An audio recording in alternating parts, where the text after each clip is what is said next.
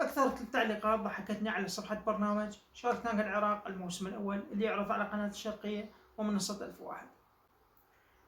أغلب التعليقات تقول والله إنه هذه البرامج تسرق أفكار الشباب، وهنا الجواب بسيط، إنه أنت لما تروح تقدم على برنامج وعندك ابتكار أو عندك فكرة حلوة أو مشروع أو شيء جديد ما موجود منه بالسوق أو ما موجود منه بالعراق، وتحب تسوي الفكرة هذه، تروح تسجلها عند الجهات المعنية، تسجل حقوق الملكية الفكرية، تسجل حقوق العلامة التجارية، وهذه بها تفاصيل وبها رسوم تدفعها، وبعدين تروح تشارك ببرامج أو تقدم على استثمار أو تحكي حتى أصدقائك وأهلك، لأنه مثل ما أنت تفكر غيرك هم راح يفكر نفس الفكرة، ممكن يسويها قبلك إذا عنده إمكانيات، زين، وهذه ما تسمى سرقة،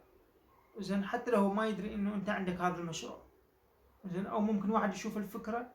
أو يسمعها من طرف ثاني، زين، أنت حاكيها له ممكن ياخذ الفكرة ويسويها، فأنت أول شيء تضمن حقوقك بالتسجيل، بعدين تروح تشارك، هذه وحدة. التعليق الثاني، والله ادعموا الشباب خلي يستفيدون من الاستثمارات، وطبعا هذا جزء من البرنامج، إنه الشخص اللي يشارك هذا راح يكون له دعم، ملايين العراقيين راح يشوفونه، وإذا مشروعه قوي ممكن الناس اللي برا يشوفون المشروع ممكن يشترون منه الخدمات أو يستثمرون وياه بالمستقبل، فهذا أكبر دعم للشباب أنا أشوفه، مو بس على قناة الشرقية، حتى كل البرامج اللي شبيهة تطلع بالدول العربية. وطبعا هذا البرنامج مو برنامج خيري، المستثمرين اللي قاعدين هم باللجنة جايين على مود يستثمرون من فلوسهم الخاصة مو من فلوس البرنامج، فأكيد كل واحد راح يشوف شنو اللي يناسبه، شنو يقدر يقدمه لصاحب المشروع، وصاحب المشروع شنو راح يقدم للمستثمر، لأن بالنهاية هم راح يكونون شركاء. هذا الشغلة الأخيرة، موضوع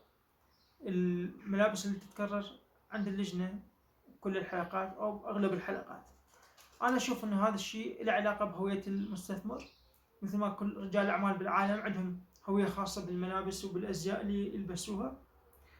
فما يغيرون هواية الستايل مالتهم، يكون عندهم نفس الملابس أكثر من قطعة، هذا السبب. والسبب الثاني، احتمال يكون البرنامج يتسجل يعني أكثر من حلقة بيوم واحد، والبرنامج ما مفترض إنه رجل الأعمال كل شوية يبدل أزياء، لأنه هو مو عرض أزياء، هو برنامج استثماري، والملابس اللي يطلعون بها بشكل متكرر ممكن ينطي طابع انه رجل الاعمال ما راح يهتم